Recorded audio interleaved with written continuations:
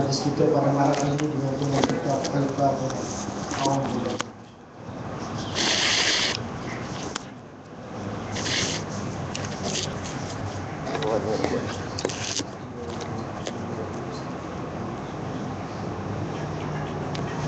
Alhamdulillahirabbil alamin wassalatu wassalamu ala asyrafil anbiya'i wal mursalin wa ala alihi washabihi ajma'in.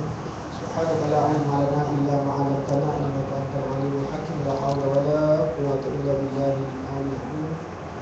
Yang dimuliakan lagi dikasihi tetamu jemputan kita pada hari ini, Al-Fadhil Ustaz Khalil bin Abdul Hadi selaku Timbalan Ketua Pemuda PAS Malaysia, dan juga dikasihi sahabat-sahabat yang hadir pada hari ini. InsyaAllah kita meneruskan siri kita Himpunan Malam Pak Mahu siri ke-11. Jadi setelah kita cuti panjang 2 bulan daripada Ramadan sampai Raya, dalam masa Raya Haji lah, jadi seminggu kita baru boleh balik. Jadi pada hari ini kita agak kekurangan audiens sebab beberapa program yang agak menarik juga pada malam ini. Ustaz Muhammad Senik di Selangor, lalu Dr. Zudi dan juga Ustaz Makno di Queensland. Lepas tu Ustaz Rusli Jabbar juga di malam ni. Dekat area sini juga dekat Kedah. Konsum Maju. Ceras siapa? Ustaz Abdul Malik. Jadi kebetulan 5 program. Mana tak ada? Ada program yang besar. Jadi alhamdulillah kehadiran kita bolehlah insya-Allah. Kemudiannya untuk makluman, sila untuk iklan awal Jamburi Jamburi Amal Pusat yang pada berlangsung pada 29, 30, 31, 4 hari. Jadi dapatkan makluman Jamburi Amal Pusat di Kedah daripada Komandan Amal Kawasan masing-masing. InsyaAllah tajuk yang kita beri kepada Ustaz tak sama macam dekat poster. Poster tulis apa dah tak ingat. Waidatul Fiqh. Tapi Ustaz pilih kot Istiqomah. Jadi kita minta apa nama Ustaz beri pengisian untuk kita Istiqomah dalam perjuangan insya-Allah. Jadi tanpa kita bagi Ustaz dalam tempoh 9.45 awal 10.45, kemudian kita adakan sesi soal jawab. Kepada Ustaz lah, Ustaz boleh pilih kan, kita pulang pada persoalan Ustaz. Jadi silakanlah Ustaz.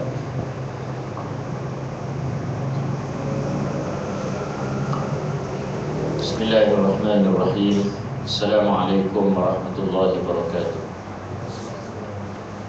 Alhamdulillahirabbil alamin. Wa bihi nasta'in wa la 'udwana illa 'alal zalimin. Wassalatu wassalamu ala asyrafil anbiya'i wal mursalin wa qaidid du'atil mujahidin Sayyidina Muhammad wa ala alihi wa ashabihi wa man sara ala nahjihi ila yaumiddin, amma ba'd. Yang dihormati Saudara Rashidi selaku pengurusi majlis dan juga pengarah Jabatan Aman Wilayah Persekutuan, yang dihormati dan dikasihi sahabat saya Al-Fadhil Ustaz Yusuf Syaqawi, seluruh ikhwah yang hadir pada malam yang berbahagia ini. Alhamdulillah, yang pertamanya bersyukur kepada Allah sebagaimana dirancang malam ni kita dapat bersama-sama.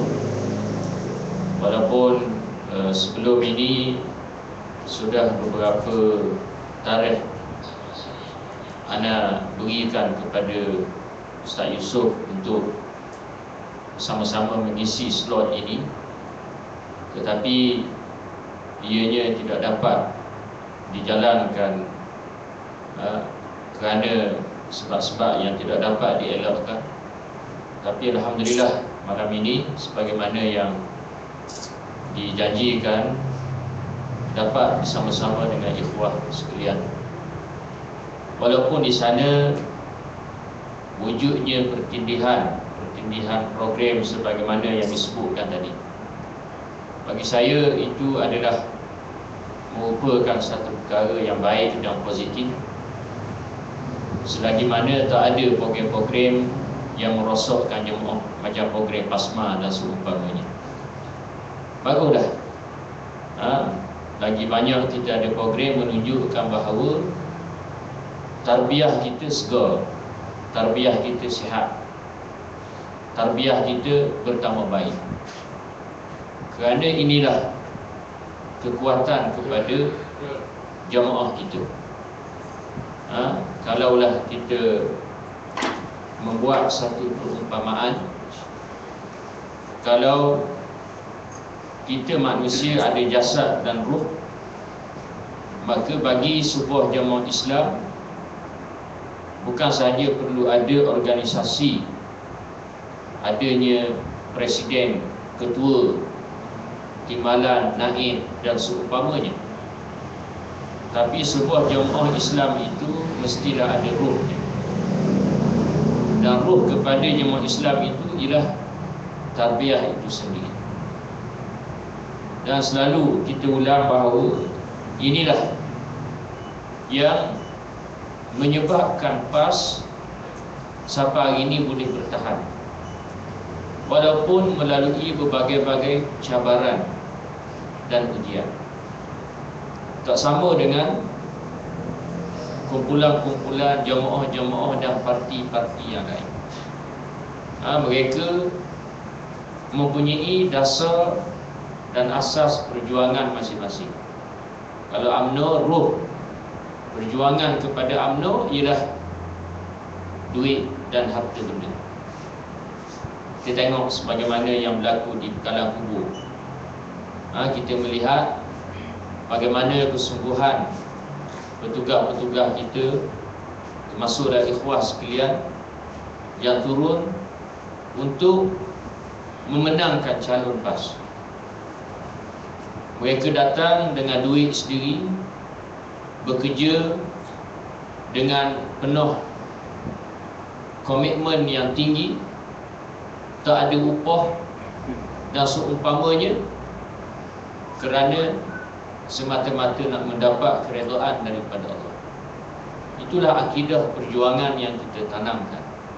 Berbeza dengan UMNO dan Barisan Nasional, yang mana ruh kepada perjuangan UMNO dan Barisan Nasional ialah wang dan harta benda itu sendiri.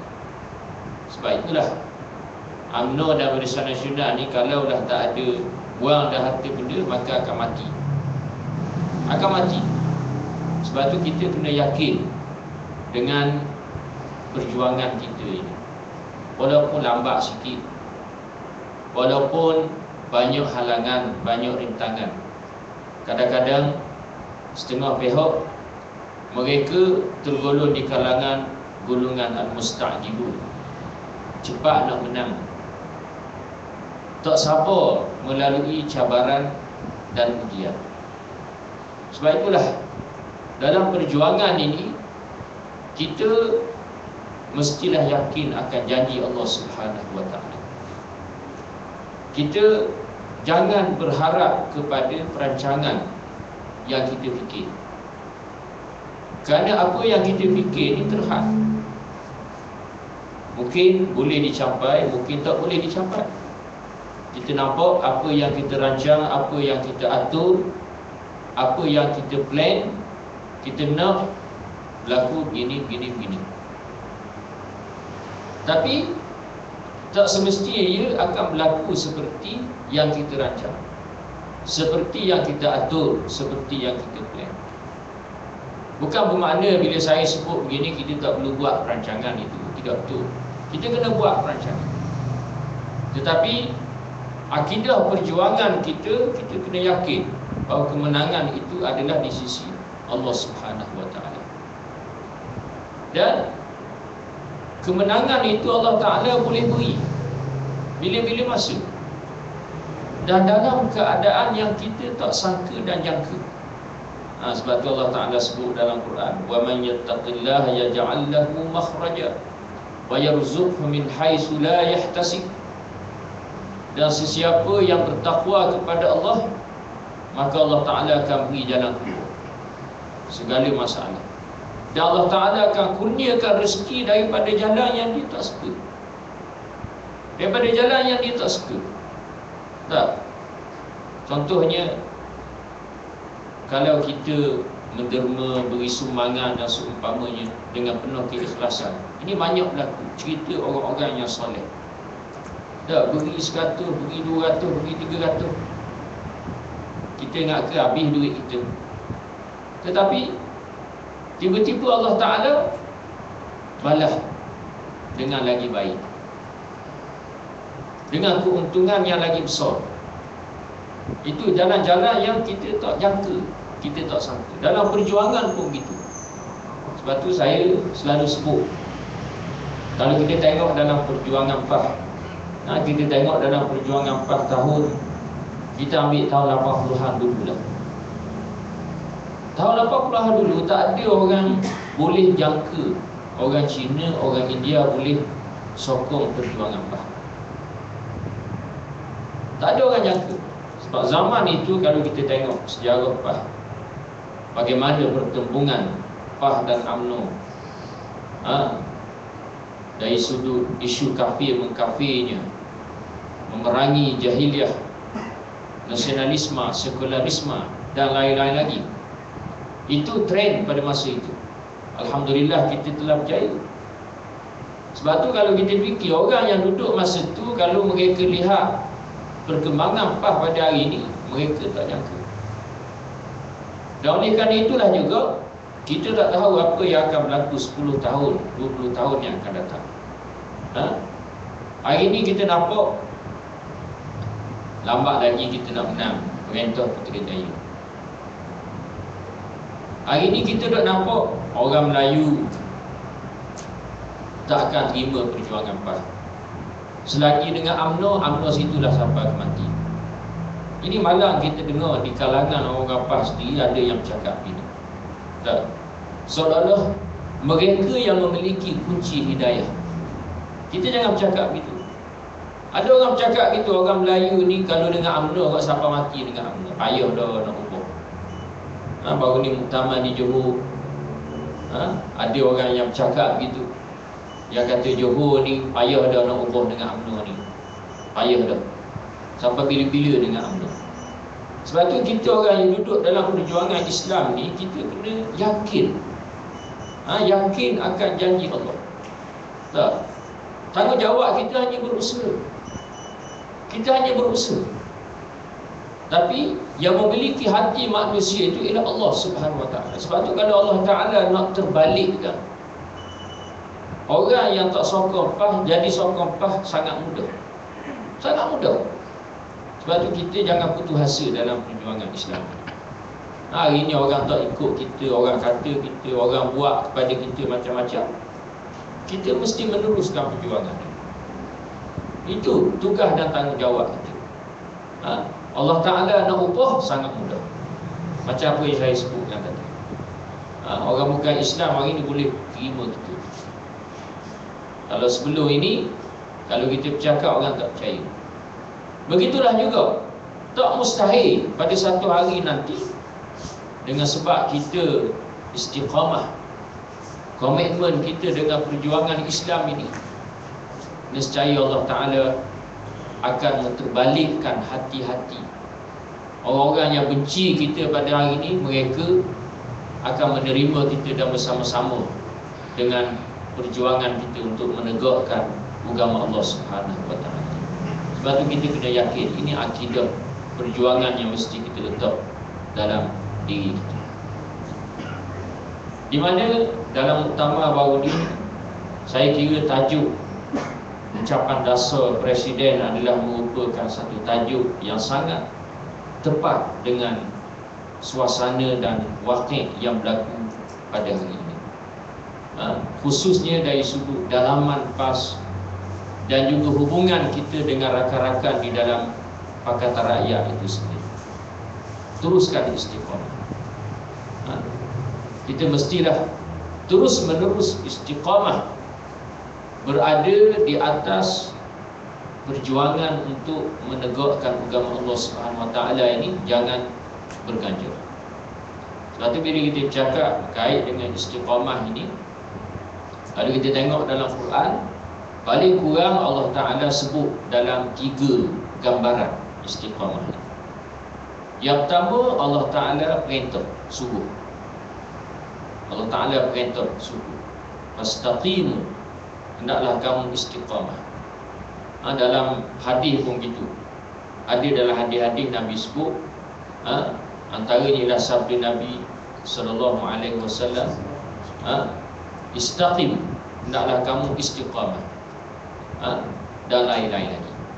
Itu yang pertama. Yang keduanya, nas-nas dalam Quran dan juga dalam hadis berkait dengan istiqamah ni, ada yang menyebut dalam bentuk memuji orang-orang yang istiqamah.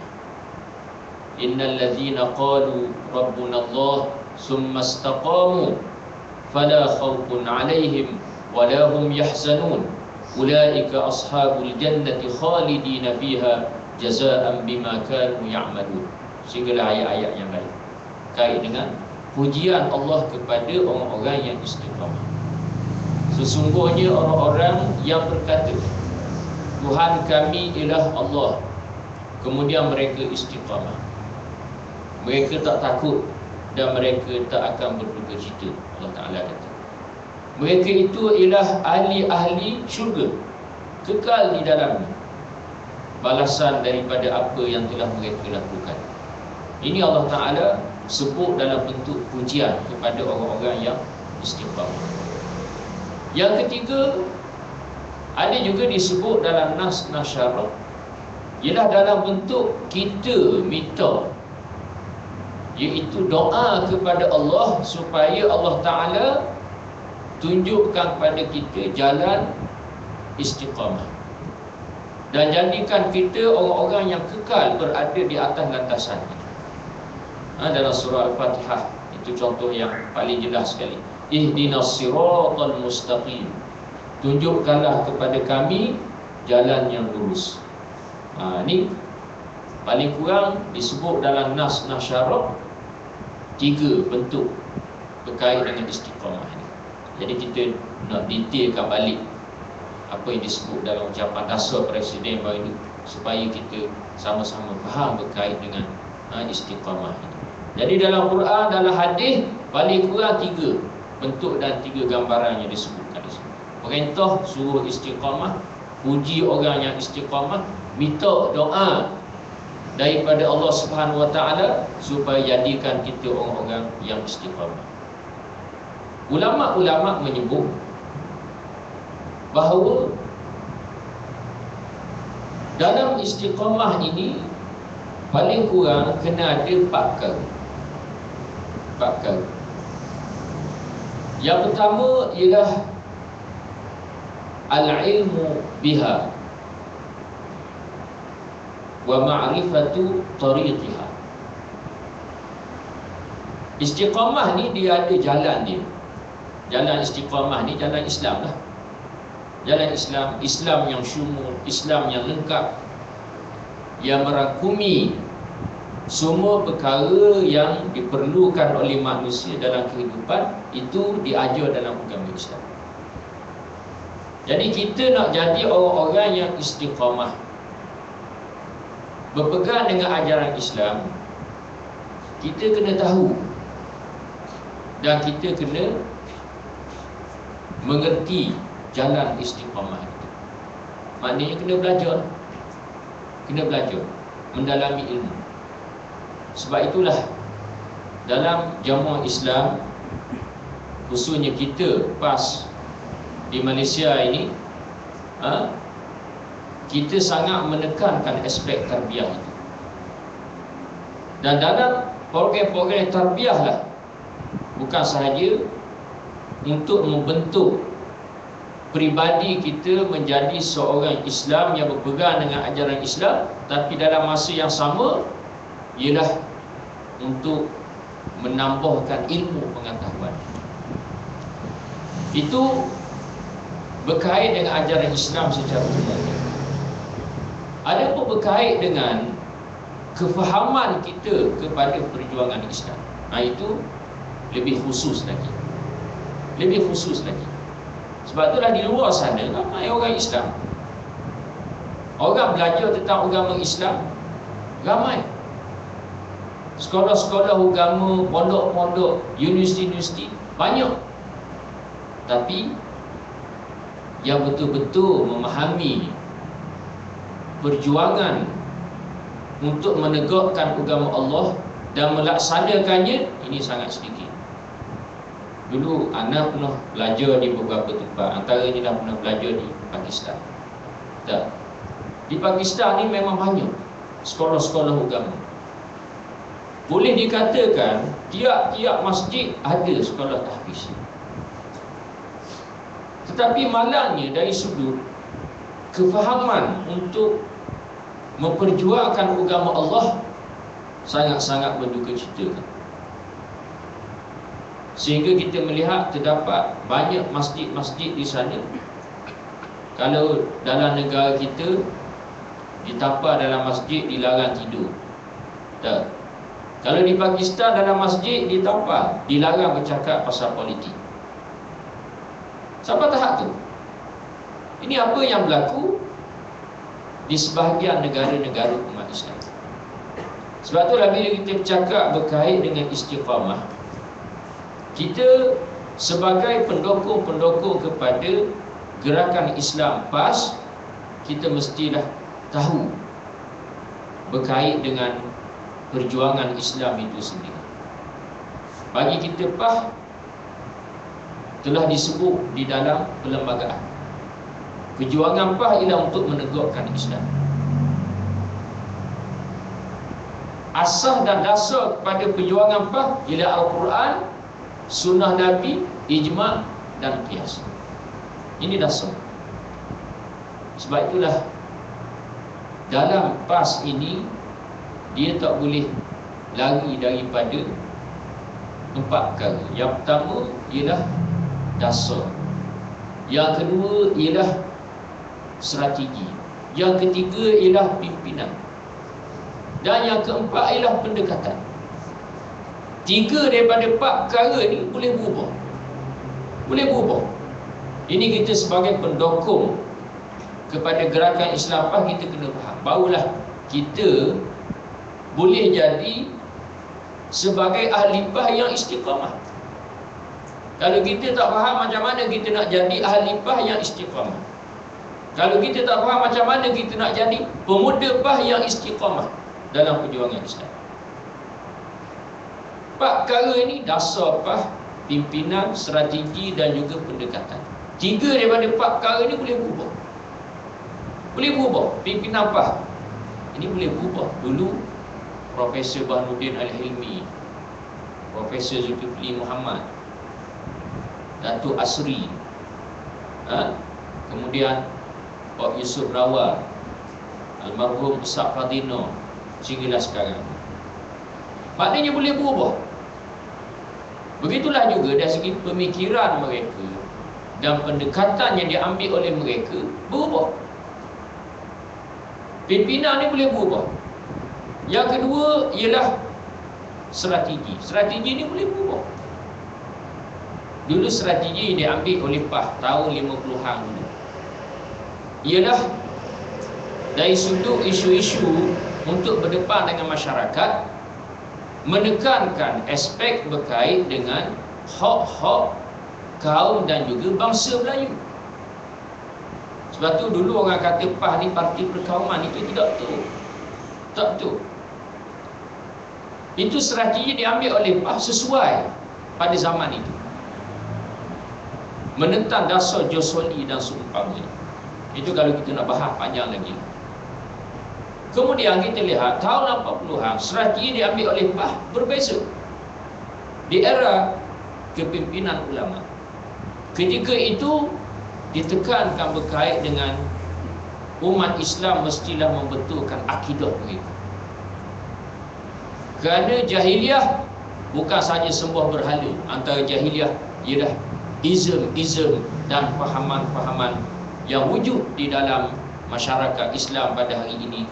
Ism baru, sekularisme, nasionalisme dan lain-lain lagi. Sebab tu kalau kita tengok dalam ucapan-ucapan dasar dalam muktamar-muktamar pada ketika itu, menyanggah dasar sekularisme, nasionalisme dan lain-lain lagi. Dan strategi yang diambil oleh PAS dari sudut politik juga berbeza. Kita lihat tahun 70-an PAS berada dalam parti Perikatan. Masa itu tak ada lagi Barisan Nasional. Kemudian strategi yang diambil oleh PAS pula bersama dengan Angkatan Perpaduan Umat dalam barisan alternatif. Sekarang ini Pakatan Rakyat. Itu dari segi strategi. Kemudian dari sudut pendekatan yang diambil oleh PAS hari ini ialah pilihan raya. Pilihan raya, ini pendekatan yang kita ambil. Dan pendekatan ini boleh berubah. Kalaulah kita minta pelindunglah, kalaulah berlaku di negara kita musuh orang kafir mari serang negara kita, masa itu kita nak masuk pilihan raya lagi ke? Tak ada. Sebab tu dari segi pendekatan dia boleh berubah. Kalau dah musuh menyerang negara kita, masa tu kita kena perang lah. Tak boleh dah nak masuk pilihan raya, tak sesuai. Ini apa yang saya nak sebut di sini. Bila kita nak jadi pendukung gerakan Islam PAS yang istiqamah, ini kita kena faham. Kita kena faham sini dulu. Sebab masalah kita hari ini duk faham strategi itu macam dasar tak boleh ubah. Pendekatan itu macam dasar tak boleh ubah. Pimpinan itu macam dasar tak boleh ubah. Ini sudah silap. Sebab itulah strategi yang PAS ambil, tahaluf siasi kita dengan Pakatan Rakyat. Tak. Ada setengah pihak nak bersama dengan Pakatan Rakyat ni sampai bila-bila. Sampai bila-bila. Ini sudah lari daripada kefahaman yang semula. Tak. Dan lebih dahsyat daripada itu lagi, siapa nak tinggal perjuangan kita, ikutlah orang nak buat apa, orang nak suruh apa, orang nak rancang apa, kita kena ikut walaupun bercanggah dengan dasar kita. Ni tak betul. Sebab itulah kalau kita tengok bagaimana bila berlakunya strategi tahalus siasi ini, telah dinyatakan garis-garisnya. Antaranya ialah disebut bahawa selagi mana syarat-syarat dan rukun-rukun tahalus siasi tidak dilanggar, maka PAS akan terus bersama-sama. Dan jika sekiranya syarat-syarat kepada tahalus siasi ini dilanggar ataupun ianya tidak menguntungkan Islam, ataupun ianya boleh menyebabkan PAS ini hilang dari segi jati diri dan syakhsiahnya, maka pada ketika itu Majlis Syura Ulama boleh menilai semula tahalus siasi. Ini bila kita bercakap gini ke, orang marah lalu, kita nak keluar daripada Pakatan Rakyat, ini salah, ini silap, sekarang ini orang bukan Islam sudah bersama dengan kita, tiba-tiba kita nak tinggal, dan seumpamanya. Seorang bukan Islam nak bersama dengan kita, itu tajuk lain. Tapi kita cakap ni dari sudut strategi tahalus siasi itu, kita kena faham di situ.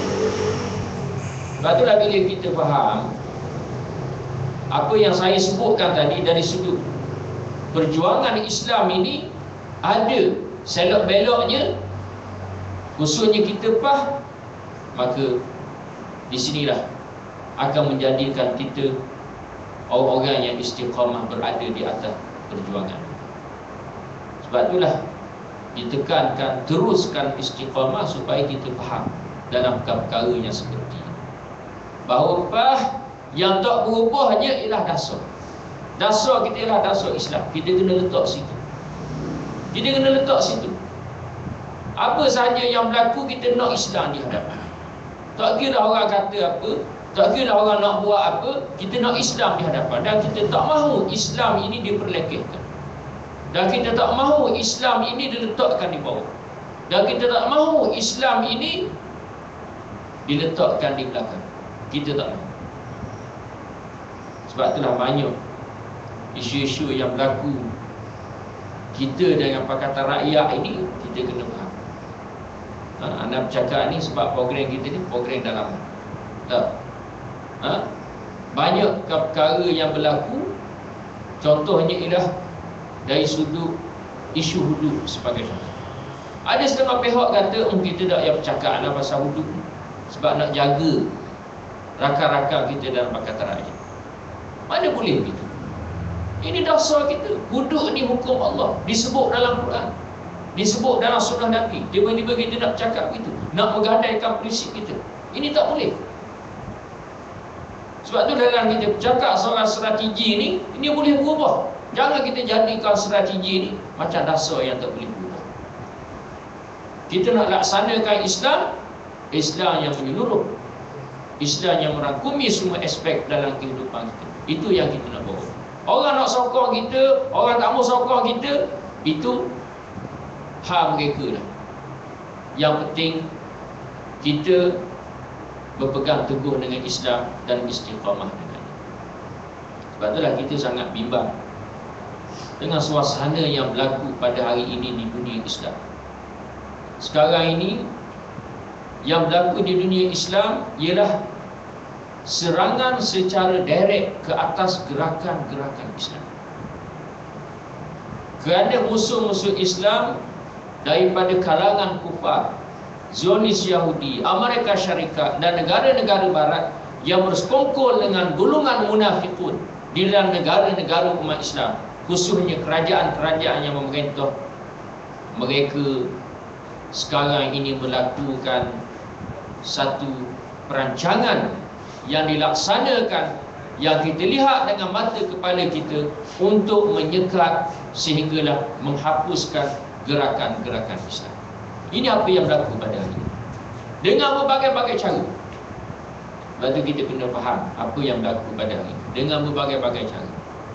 Ada tempat mereka boleh haram terus, mereka haram. Macam di Mesir. Di Mesir haram terus ikhwan. Dibunuh, ditangkap, dipenjara, dibuang daerah dan seumpamanya. Ada tempat mereka tak boleh nak haram, tetapi mereka lemahkan, sehingga gerakan Islam tak boleh bergerak dengan erti kata yang sebenar. Sebagai contoh di Tunisia. Di Tunisia, alhamdulillah, Parti Nahdhah, parti Islam masih lagi boleh memerintah. Masih lagi boleh memerintah. Tetapi dengan kerjasama parti-parti yang lain, termasuklah dari sudut perjuangannya sekularisme, sosialisme dan lain-lain lagi.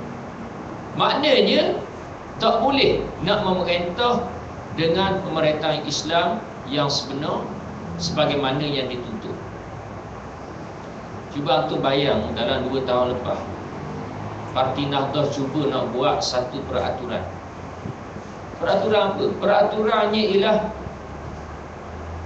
melarang mana-mana restoran untuk membuka kedai ataupun restoran pada siang hari pada bulan Ramadan.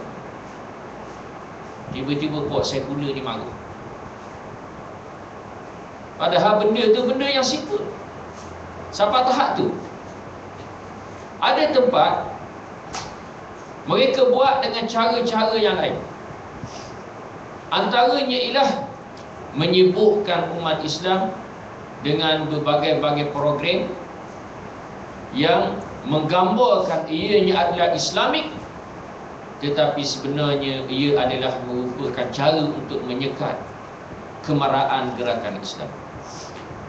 Tadi anda mari tadi duk tengok program Ya Hanan. Nah itu adalah di antara bentuk program yang kita perlu fahami. Anda baca dalam satu majalah Arab yang dikeluarkan beberapa tahun lepas, iaitu majalah Al-Mujtama' yang dikeluarkan di Kuwait. Dalam majalah ini menyebut bagaimana perancangan Zionis Yahudi yang menggunakan kerajaan Amerika Syarikat. Di sana wujudnya satu NGO di bawah State Department, namanya adalah RAND Corporation. NGO ini mendapat dana secara direct daripada kerajaan Amerika Syarikat. Apa peranan NGO ini? Peranan NGO ini ialah memperluas, menolong dan membantu mana-mana kumpulan-kumpulan Islam yang tidak memperjuangkan Islam dari sudut politik. Ini sangat halus. Kalau orang sesat tu lagilah mereka bantu. Pernah satu ketika beberapa tahun lepas di United Kingdom keluar dalam surat khabar perasmian masjid terbesar di Eropah. Keluar dalam surat khabar dalam media BBC dan lain-lain lagi. Kita mari pelik pasal apa media bagi coverage dengan begitu hebat, dengan begitu luar. Bila kita cek, rupa-rupanya masjid Qadiani. Maknanya mereka nak menggambarkan inilah dia Islam yang sebenar, supaya orang Islam jadi terus tak faham tentang ajaran Islam, dan juga orang bukan Islam akan memandang inilah dia ajaran Islam yang sebenar, bahkan ianya adalah satu ajaran yang sesat. Antaranya juga ialah menolong dan membantu kumpulan-kumpulan yang membuat bermacam-macam program yang pada zahirnya nampak Islamik, tetapi di belakangnya ialah untuk menyekat kemarahan gerakan Islam. Antara program Yahanana apa semua ni, tak, kalau nak ratik daripada pagi sampai ke siang, daripada pagi, petang, malam sampai siang pula, tak ada orang nak marah. Tak ada orang nak marah selagi mana tak kata apa-apa kepada kerajaan yang memerintah. Dapat duit pula, disiar dalam televisyen, nak pergi ke mana-mana saja diberikan sumbangan, diberikan bantuan, tak jadi masalah. Bila masyarakat jadi leka, mereka lupa tanggungjawab politik di dalam Islam. Ikutlah siapa dia nak merintah, asal aku boleh ratik sudah, asal aku boleh berhanana sudah. Siapa dia nak merintah, nak halal arak, nak halal judi, tak boleh laksana hudud dan kisah, tak apalah, asal boleh ratik, asal boleh tahlil, asal boleh tasbih sudah. Ini apa yang baik. Antaranya juga ialah mewujud dan menolong kumpulan-kumpulan yang boleh memberikan sum'ah yang buruk kepada gerakan Islam. Antaranya ialah mewujudkan perbalahan dari sudut perpecahan di antara khalaf dan salaf, Wahabi dan seumpamanya. Ini banyak berlaku kalau di Kelantan, di Terengganu ni dari sudut ini. Sebab mereka nak masuk dengan program-program yang Hanana semua ni payah sikit. Mungkin kerana pengajar punya Islam di sana kuat, jadi mereka masuk dari situ. Mereka kata, oh, pimpin nafas tu Wahabi. Mereka kata begitu, pimpin nafas tu Wahabi, menyebabkan terdapat di sana pondok-pondok yang anti kepada Puan bila dibawa isu-isu yang seperti ini. Sebab itulah perancangan ini perancangan yang sangat halus, yang sangat halus, yang perlu kita fahami. Dalam konteks kita di Asia Tenggara ini, paslah merupakan jemaah Islam yang menjadi wakil dan menjadi suara kepada umat Islam. Kalau kita tengok di Indonesia, macam-macam parti-parti Islam. Di Singapura ada NGO saja. Di Brunei, saya difahamkan ada parti Islam tapi tak memainkan peranan yang sepatutnya. Di Mindanao dengan isunya, di selatan Thailand dengan isunya, berbagai-bagai puak juga. Tapi kita di Malaysia adanya parti Islam Semisi Syafah, satu-satunya wadah politik dalam negara kita. Tak ada di sana parti Islam yang lain, hanya PAS saja.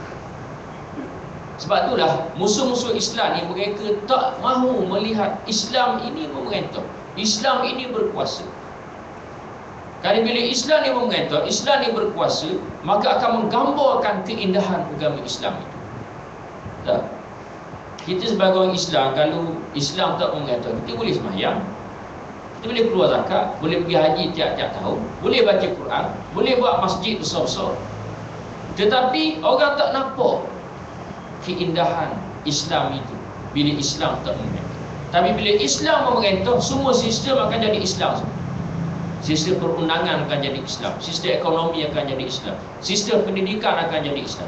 Sebab itulah musuh-musuh Islam merehat, gerakan Islamlah yang mesti dihapuskan, kerana gerakan Islam yang nak memperjuangkan hakikat itu.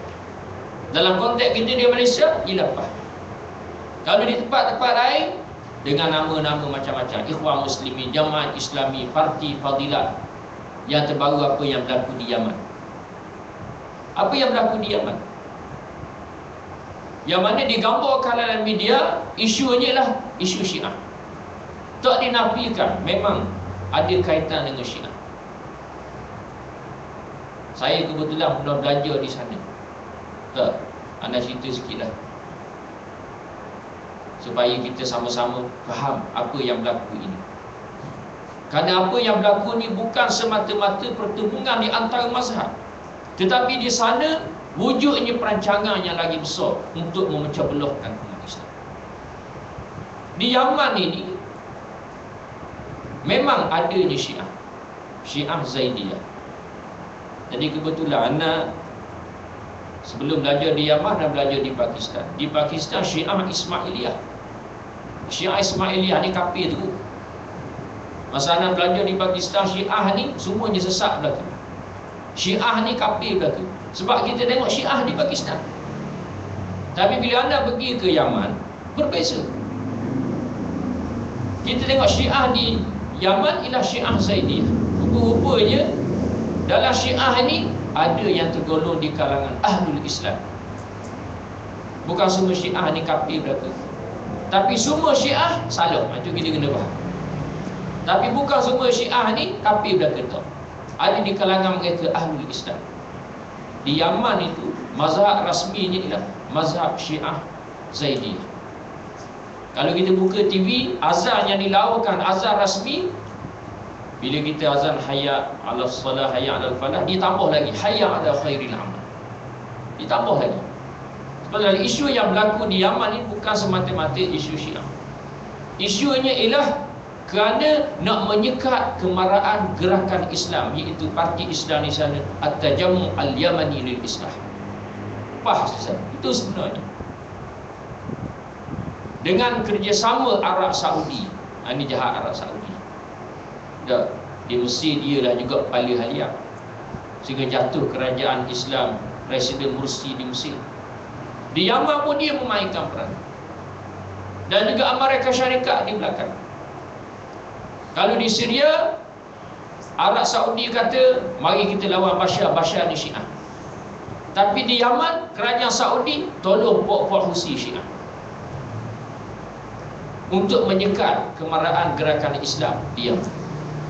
Sebab itulah kita perlu memahami konflik yang berlaku ni adalah pertempuran di antara hak dan batil, bukannya pertempuran di antara Syiah dan Sunni. Ini skop yang sangat sempit. Skop yang lagi besarnya ialah pertempuran di antara hak dan batil, Islam dan kafir.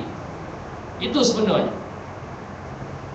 Sebab itulah bila kita bercakap balik soal istiqamah tadi, tak, kita kena faham, kita kena tahu jalan istiqamah. Dalam konteks kita sebagai pendukung gerakan Islam, kita kena faham apa yang saya sebutkan tadi. Antaranya lah 4 perkara itu. Dalam PAH ini ada dasar, ada strategi, ada kepimpinan, ada pendekatan. Semuanya boleh berubah kecuali dasar tak berubah. Inilah yang kita pertahankan. Inilah yang kita pertahankan. Bila kita pertahankan benda ni, orang kata macam-macam, PAH nak mengundur ke belakang, PAH tak nak melihat ke depan. PAH perlu membuat satu reformasi untuk melangkah ke era yang lebih mencabar pada masa yang akan datang. Kita kata apa sahaja orang nak kata, kita mestilah mempertahankan Islam. Bila kita mempertahankan Islam, nescaya kita akan dapat untuk berdepan dengan apa sahaja cabaran. Walaupun orang nampak lambat lagi nak menang, orang nampak kita ni mundur ke belakang, tapi bila kita berpegang dengan Islam, Allah Ta'ala beri jaminan, Allah Ta'ala akan tolong. Dan pertolongan Allah ini mari dalam keadaan kita tak jangka. Macam nak sebutkan tadi, tak, kita tak jangka, oh kalau kita tak bersama dengan Pakatan Rakyat ni, kita menang dah raya umum 14 kat itu. Jangan kita fikir begitu. Jangan kita fikir begitu. Tak. Kita berpegang dengan Islam, Allah Ta'ala nak tolong, Allah Ta'ala nak bantu, Allah Ta'ala nak beri kemenangan. Kita tak tahu apa yang akan berlaku pada masa yang akan datang. Itu jaminan daripada Allah. Wa kana haqqan 'alaina nasrul mu'minin. Ya ayyuhalladzina amanu, wahai orang-orang yang beriman, hendaklah kamu tolong Allah, bantu agama Allah. Jadi berpegang teguh dengan ajaran Islam, nescaya Allah Ta'ala akan menolong dan Allah Ta'ala akan berikan kemenangan kepada kamu. Itu yang pertama. Yang keduanya ialah, anda tengah sikit-sikit, bila kita tahu dan kita faham berkait dengan jalan istiqamah kita yang duduk dalam perjuangan Islam ini, kita tak boleh duduk diam. Kita mestilah ajak orang lain. Ad-da'watu ilaiha. Tak. Sebab itulah dalam PAH ini, alhamdulillah kita yakin PAH lah satu-satunya jemaah Islam yang bertepatan dengan sunnah Nabi SAW. Tak. Di mana orang kata, ustaz, di luar sana banyak jemaah-jemaah Islam dengan nama macam-macam. Kita kata bahawa kita tak kata PAH adalah merupakan jemaah Islam yang betul, yang tepat. Jemaah Islam yang lain salah ke tidak. Tapi kita boleh kata dan kita jamin PAH lah satu-satunya jemaah Islam di Malaysia ini yang paling tepat dengan sunnah Nabi. Sebab kita berjuang belaka. Ekonomi, dakwah, politik, kita ambil belaka. Dan jemaah-jemaah lain, kalau mereka nak bersama dengan PAH, mereka nak ikut cara PAH. Jangan mereka masuk dalam PAH, mereka nak merosokkan PAH. Ini apa yang berlaku pada hari ini. Sebab tu kita lihat, kita perlu jelas dalam masalah ini. Dalam PAH ini, dia adalah merupakan satu pertubuhan yang besar. Sebab itulah konsep PAH ini berbeza dengan konsep Ikhwan Muslimin, konsep Jamaah Islami.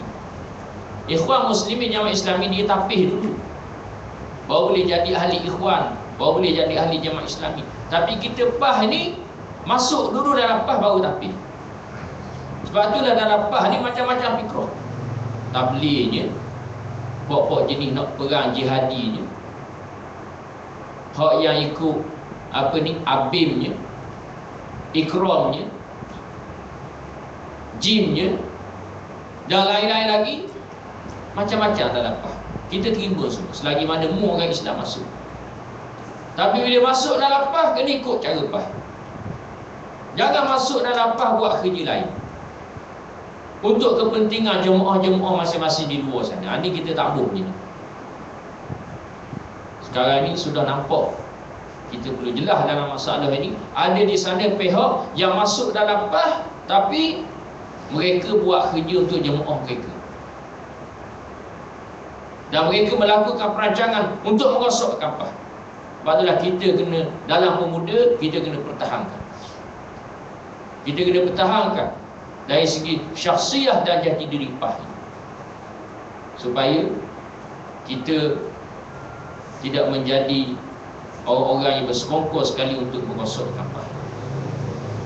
Jadi bila kita duduk dalam PAH, kita tahu dah, kita nak jadi orang yang istiqamah, kita kena faham perjuangan PAH. Dan kita tak boleh faham saja, kita kena ajak orang lain. Sebab itulah perkara yang kedua dalam istiqamah ini, ialah kita kena ajak orang lain. Kita tak boleh jadi orang soleh saja, kita juga boleh jadi orang yang muslih. Orang yang muslih. Sebab tu dalam Quran Allah Ta'ala sebut, ya bunayya aqimis salah wa'mur bil ma'ruf wanha 'anil munkar. Nasihat Luqman pada anak ni, hei anakku, dirikanlah sembahyang, ajaklah orang buat baik, larang orang buat munkar. Sembahyang ni untuk dirimu, supaya mu jadi molek, mu jadi baik. Ajak orang buat baik, cegah orang munkar. Ini tanggungjawabmu dalam masyarakat. Kita pun begitu dalam jemaah Islam. Alhamdulillah kita duduk dalam PAH, telah membina dari segi peribadi Islam kita, jaga sembahyang jemaah, pakaian Islam kita, percakapan kita, pertuturan kita, ukhuwah Islamiah kita, kebajikan kita sesama kita. Tapi dalam masa yang sama, kita juga ada tanggungjawab di luar sana untuk ajak orang lain bersama-sama dengan. Alhamdulillah kita dalam pemuda, kita mempunyai banyak ruang-ruang ini untuk kita mendekati masyarakat. Tak perlulah saya huraikan di sini. Yang ketiga, kait dengan istiqamah ini, selepas kita tahu ajak orang lain, yang ketiganya ialah al-jihadu biha. Kena jihad. Dakwah itu sebahagian daripada jihad. Tapi bila kita sebut jihad, ini dia lagi khusus, lagi spesifik. Dan jihad ini, dia adalah merupakan satu konsep yang sangat luas. Bukan sahaja dengan angkat senjata. Tak. Tadi, pagi tadi, kebetulan ada program di Negeri Terengganu, Carnival Petani. Itulah ada ulah juga pasal jihad ini, di mana kita sebagai pemuda-pemuda Islam tak kena ada niat dalam diri kita untuk berperang dan mati syahid pada jalan Allah. Bukan kita nak ajar supaya jadi kumpulan-kumpulan pengganah sebagaimana yang dilabelkan oleh media-media barat, tidak. Tapi ini yang diajar oleh Islam. Ini yang dituntut oleh Nabi SAW. Dalam satu hadis Nabi kata, man lam yaghzu wa lam yuhaddis nafsahu bil ghazwi mata mautatan jahiliyah.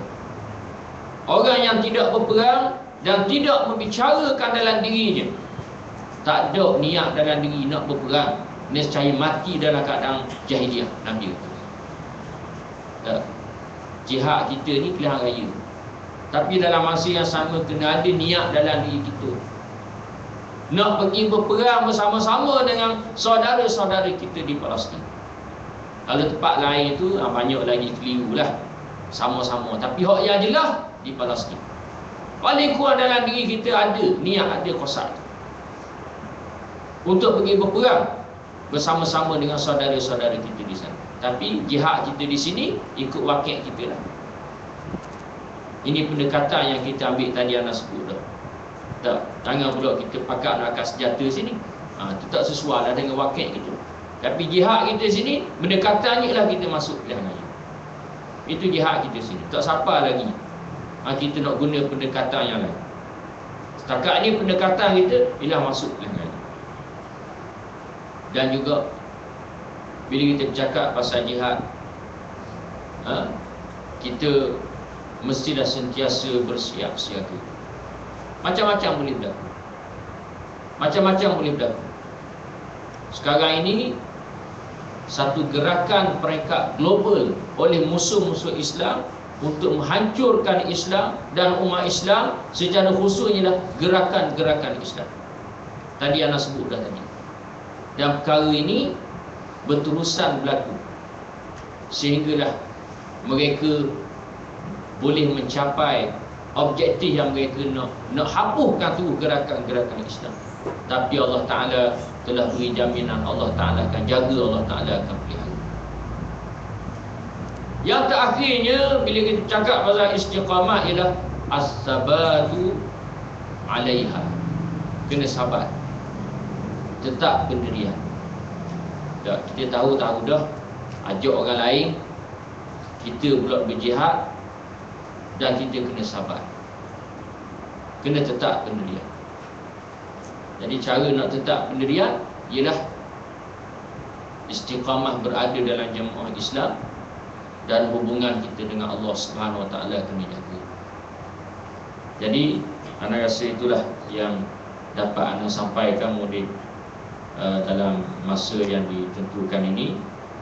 Mungkin kita boleh tambah lagi dengan sesi soal jawab untuk sama-sama kita lumatkan lagi apa yang telah kita sampaikan berkait dengan apa sahajalah. Ana soal kepada saudara Rashidi untuk meneruskan program kita ini.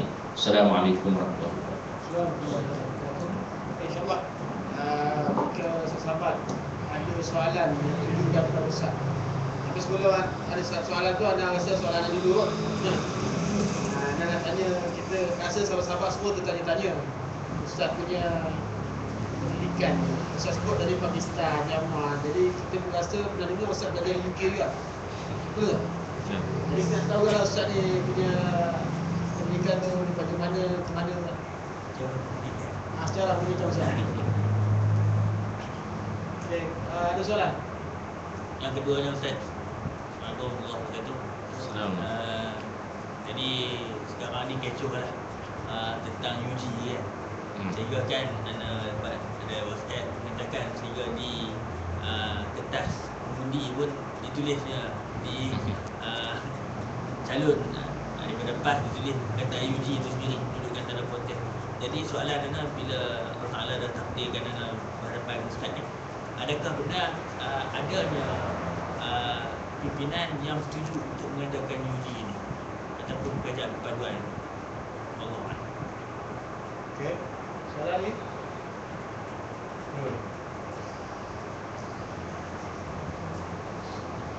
Soalan. Dari. Ada. Jangan tanya Pak, salah-salah dulu aja Pak. Jadi fokus kita pertama, jadi isu dalaman, isu yang melebihkan fikrah ke Anda jawab dulu deh. Anda jawab, lepas tu lagi boleh sambung balik kalau ada soalan-soalan. Kait dengan pendidikan ni, Anda mula-mulanya belajar taski lah, satu pasti. Anda ni kira batch yang pertama pasti. Lepas tu kalau tengok pada sejarah pasti mula-mula ditubuhkan di Terengganu, di Lusila dan juga di Losong.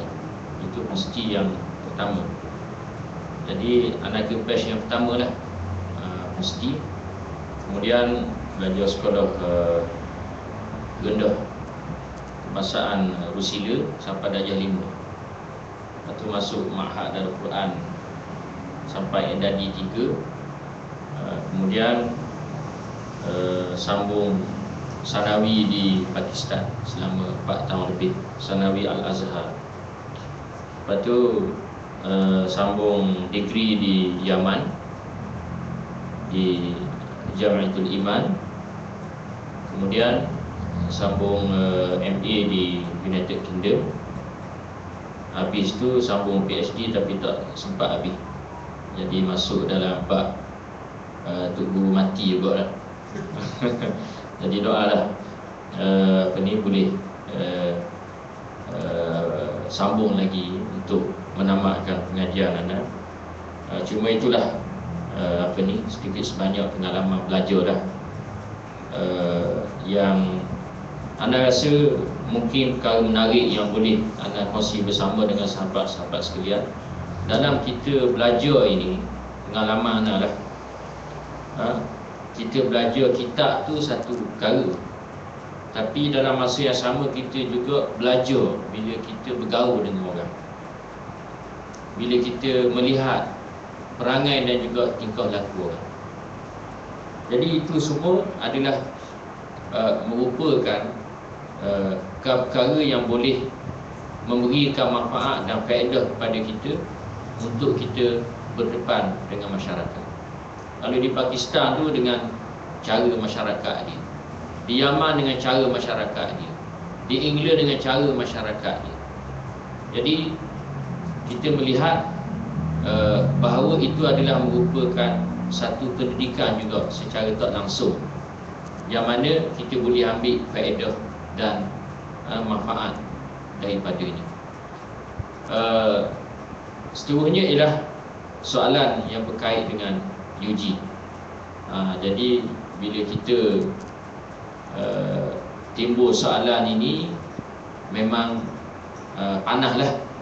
Kalau kita lihat kepada perkembangan yang berlaku, bagaimana bila ditimbulkan cadangan unity government oleh Tugu Presiden pada satu ketika, bagaimana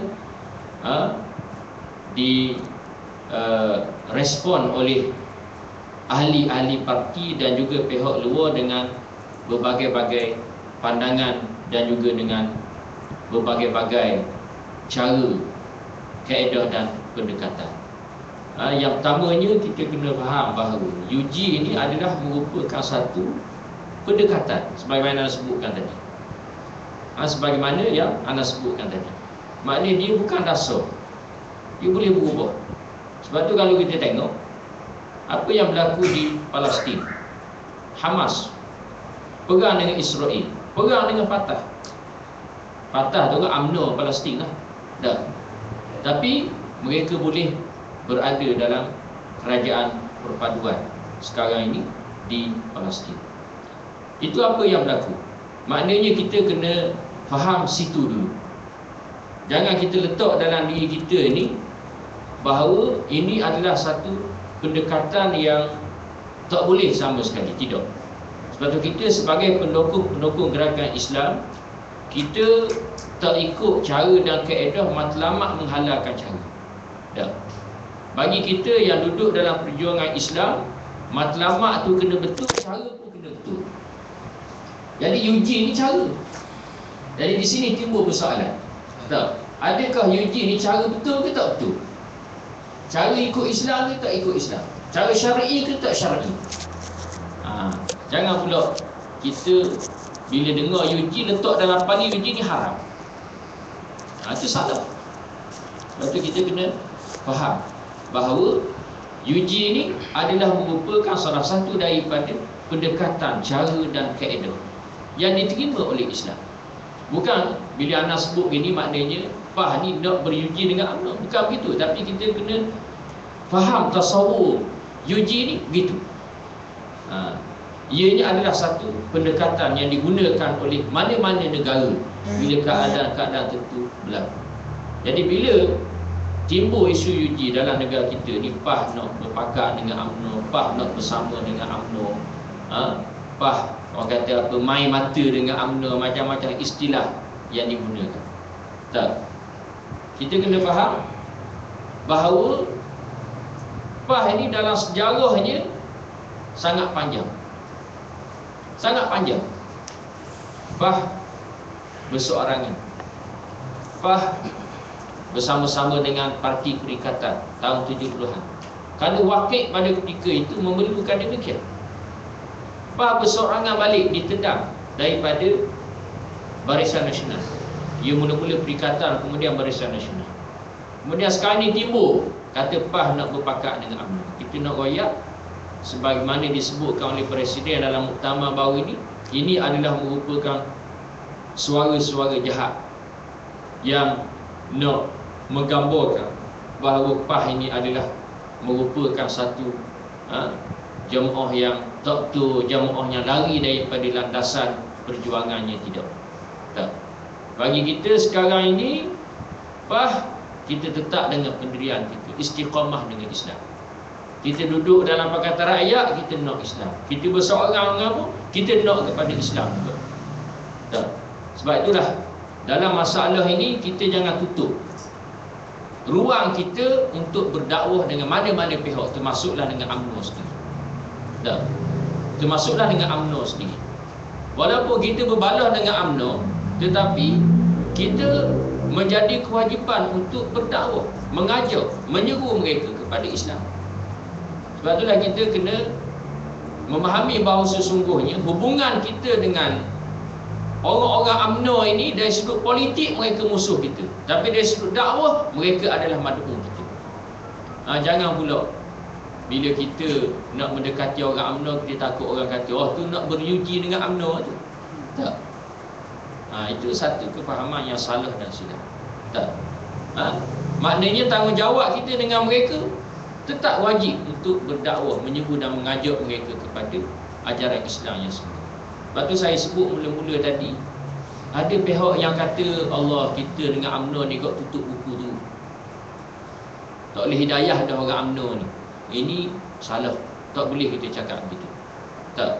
Kerana kunci hidayah ni di tangan Allah. Allah Ta'ala boleh beri, Allah Ta'ala boleh buka pada bila-bila masa. Sebab tu dalam Quran ni banyak kisah-kisah yang perlu kita ambil iktibar. Dalam Quran bukan saya menceritakan kisah kaum-kaum yang dibinasakan oleh Allah kerana mereka ini engkar kepada nabi-nabi mereka. Kaum Lut, kaum Soleh, kaum Ad dibinasakan. Tapi dalam Quran juga menceritakan bagaimana ada kaum yang hampir nak dibinasakan oleh Allah, lalu Allah Ta'ala buka pintu hidayah dan mereka bertaubat pada Allah. Kisah Nabi Yunus AS. Nabi Yunus berdakwah, ajak kaumnya kepada Islam. Tak ada orang ikut. Tak ada orang ikut. Seorang diri Nabi Yunus ajak kaumnya kepada agama Islam. Tak ada orang ikut. Tak, kita hari ni boleh tahan banyak dah. Buat kerja setahun, 2 tahun, berapa orang dah boleh dapat stasiun isi buang sampah. Maknanya ada. Nabi Yunus seorang diri. Lalu Nabi Yunus kata, aku sudah berputus asa dengan kaum. Berputus asa. Nabi Yunus doa supaya diturunkan azab. Tiba-tiba Nabi Yunus keluar, nak lari daripada negeri Nainawa di Iraq. Tinggal dah kaum ni, biarlah binasa, bunuh ganuh habis, biarlah aku nak tinggal ni. Bila Nabi Yunus tinggal, lalu kaumnya bertaubat kepada Allah. Cuba kita bayang ni kisah yang sangat menarik dalam Quran. Satu kaum yang pada mulanya lawan Islam, tapi berubah dalam sekelip mata ikut Islam. Semua sekali. Sebab tu kita jangan putus asa dalam buat kerja-kerja Islam. Jangan kita ni kerak teruk dengan UMNO. Bila sebut UMNO kok, biarlah, tak boleh cara dah. Tak. Kita dengan UMNO ni dari sudut politik ia musuh kita, tapi dari sudut dakwah kita wajib berdakwah, menyeru, mengajak mereka kepada Islam dengan berbagai-bagai cara dan kaedah, mengikut kebijaksanaan yang dikurniakan oleh Allah Subhanahu Wa Taala kepada kita semua. Cuma dari sudut politik, sebagaimana kita sebutkan tadi, bahawa PAS tidak akan sekali-kali bersama-sama dengan UMNO. Sebab apa? Sebab dasar kita berbeza. Kita nak Islam, UMNO tak nak kepada Islam yang sempurna, Islam yang sempurna. Jadi macam mana kita boleh nak bersama dengan UMNO? Mustahil sama sekali. Tak boleh. Tak. Tapi tanggungjawab kita tetap untuk berdakwah, mengajak mereka kepada ajaran Islam. Wallahu a'lam bishawab. Salam. Please. Assalamualaikum. Ustaz, nak tanya berkaitan dengan pertama baru-baru ni. Kalau tengok soalan yang dibangkitkan oleh perwakilan-perwakilan semua, bila dijawab oleh pimpinan pusat, persoalan-persoalan yang dibangkitkan perwakilan baru ni lah, bila pimpinan jawab tu okey lah, kita tengok. Takkanlah kita nak ketepikan ulama, tak ikut ulama. Tapi bila tindakan sebelum daripada muktamar tu macam tak sama dengan jawapan tu. Ni anak tengok mengelirukan ahli di bawah. Lepas tu anak nak sambung sikit soalan yang pertama lah. Mana pimpinan jawab tu betul, tapi bila tindakan sebelum tu ataupun selepas muktamar tu tak sama macam jawapan yang dalam muktamar tu. Dua nak sambung soalan sahabat tadi kenaan Yuji. Yuji ni nampak macam orang ahli PAS ni, nampak macam nak masuk UMNO. Sama Yuji ni macam PAS duduk dalam perikatan dulu.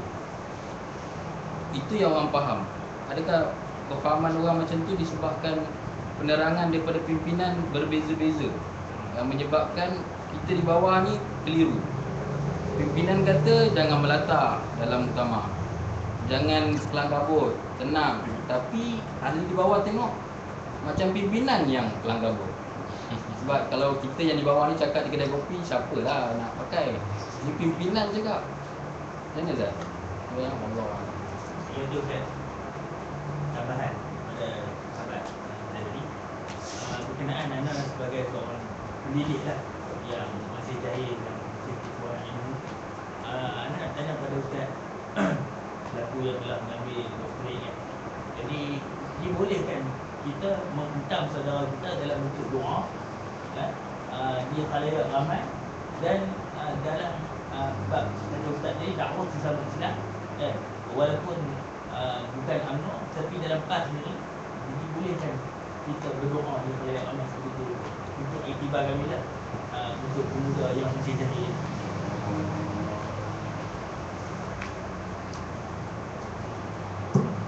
Bismillahirrahmanirrahim.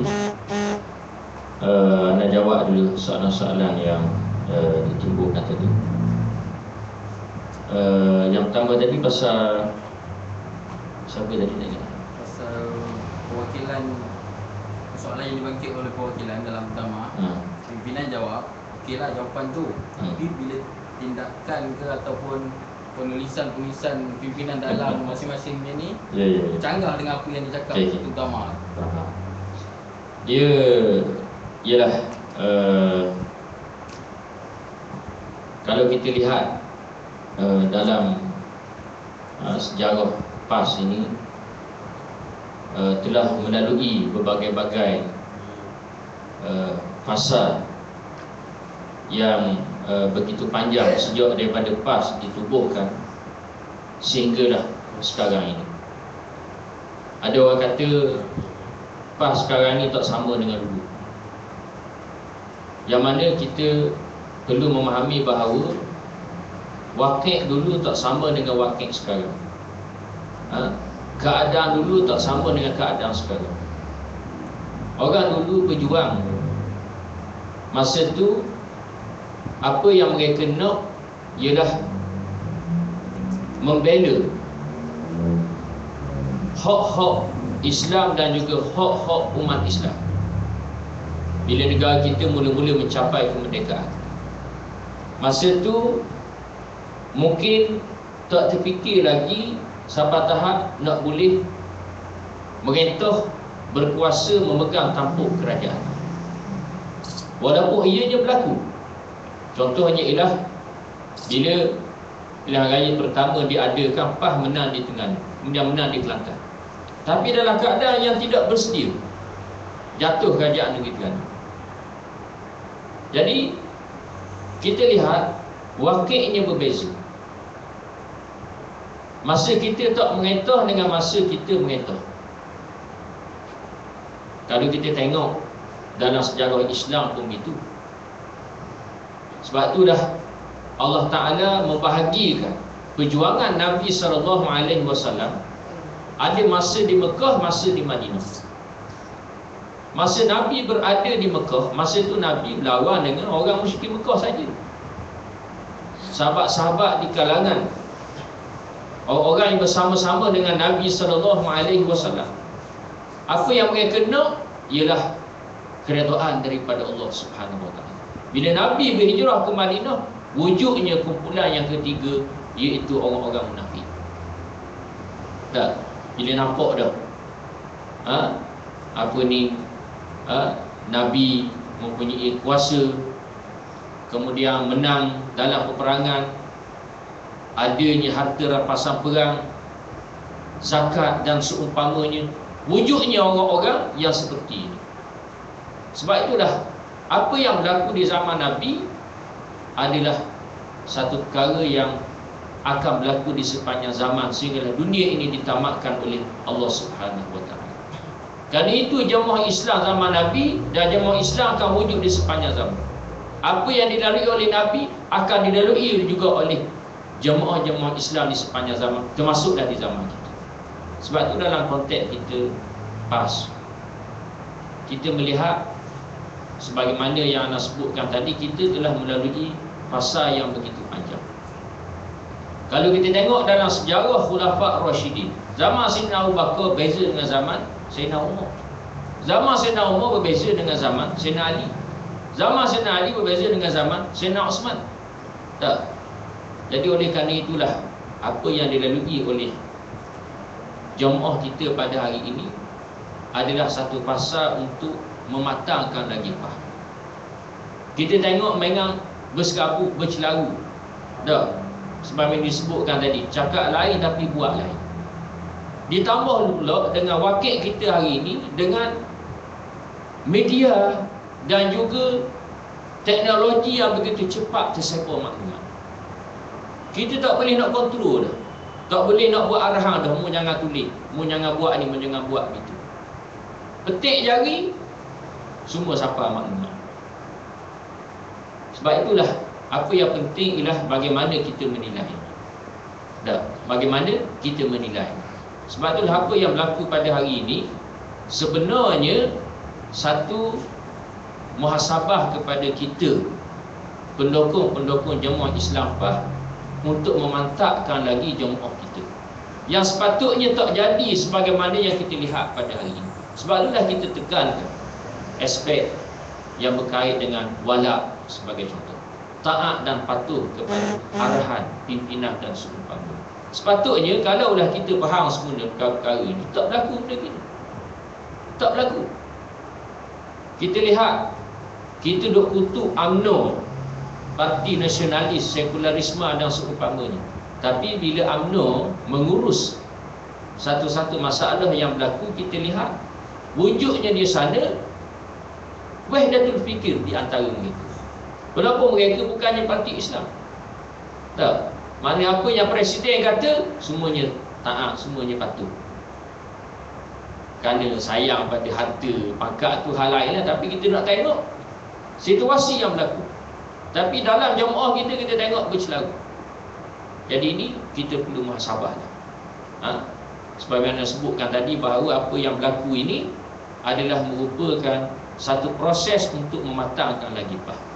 Sebab tu anda sangat yakin bahawa walaupun apa yang berlaku ni kita tak suka, kita serabut dan seumpamanya, tapi kita kena berfikiran dengan fikiran yang positif.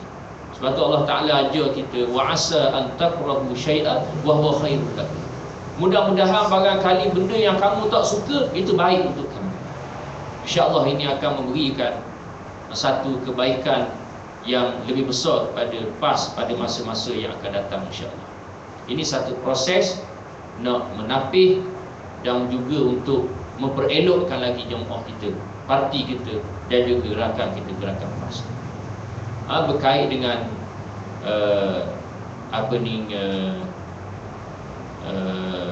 yang ditimbulkan tadi, doa sebut nama orang tu, nama orang ni dan seumpamanya. Jadi persoalan ini adalah merupakan satu persoalan yang subjektif. Jadi anda tak boleh nak jawab boleh tak boleh, betul tak betul.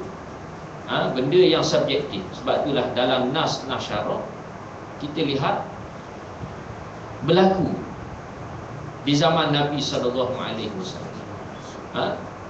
Nabi pernah berdoa sebut nama orang ni orang tu, sebagaimana peristiwa yang berlaku dalam Bi'ru Ma'unah. Walaupun orang tu orang kafir dah, tapi apa yang disebut oleh Nabi SAW adalah merupakan satu nas yang menjadi dalil bahawa perkara itu boleh dilakukan oleh umatnya di sepanjang zaman. Tapi mengikut keadaan, mengikut suasana dan wakil. Kalau ikut pandangan saya, yang mana bagi kita berdepan dengan suasana yang berlaku pada hari ini, kalau nak sebut dengan orang kafir, itu kita boleh sebut direct, nama sekian-sekian, George Bush ke, Benjamin Netanyahu ke, itu disebut dalam doa Nabi ketika berlakunya peristiwa Bi'ru Ma'unah. Tapi dalam berdepan dengan suasana dalaman umat Islam, termasuklah dalaman jemaah Islam, kita boleh sebut secara umum. Sebut secara umum, orang yang buat ini khianat, orang yang buat ini satu kejahatan terhadap jemaah Islam, ini disebut secara umum, tak jadi masalah. Sebab itulah golongan munafik ini ada di sepanjang zaman. Tak. Dan kita kena faham bahawa nifak ini ada dua. Yang pertama, nifak yang boleh merosakkan akidah, jadi kafir. Kalau ni kita tak boleh nak hukum orang ni munafik, kafir, itu keluar daripada Islam. Tak boleh nak hukum gitu. Yang kedua ialah nifak dari sudut amal. Antara nifak dari sudut amal ialah bila dia bercakap bohong, bila dia janji mungkin janji. Sebab itulah apa yang berlaku dalam jemaah kita sebut direct. Bagaimana dua orang adun, dia langgar arahan jemaah. Dalam isu MB Selangor, dia langgar arahan jemaah. Ini adalah satu pengkhianatan kepada bai'ah itu sendiri. Tak. Sebab itulah bagi anda, bila kita berdoa secara umum, kita sebut orang yang khianat kepada jemaah, minta Allah Ta'ala aja, tak jadi masalah. Kerana ini satu pengkhianatan kepada jemaah. Di saat kita nak berlawan dengan musuh, tiba-tiba dia khianat kita. Tak. Ini jelas. Kalau kita tengok dalam bai'ah itu disebut dengan jelas. Saya nama sekian-sekian, saya akan taat kepada jemaah, akan patuh kepada jemaah, arahan pimpinan selagi tak bercanggah dengan Islam. Tiba-tiba dia melakukan perkara yang demikian. Ini satu pengkhianatan yang jelas. Sebab itulah apa yang berlaku ini memang berat dan memalukan kita. Tapi ini juga satu proses untuk mematangkan kita, satu proses untuk memperelokkan kita. Supaya kita tengok napih lah. Kita nak air yang bersih, kita ambil napih, lalu kita cubuh air. Apa yang ada, bangkai yang ada, semut ke apa ke, akan terlekat di penapih itu. Barulah kita akan memperoleh air yang bersih untuk kita minum, untuk kita guna apa saja. Jadi insya-Allah apa yang berlaku ini memang kita sedih, kita tak nak ianya berlaku, tapi kita kena terima ianya adalah satu proses untuk memperelokkan lagi jemaah kita pada masa yang akan datang.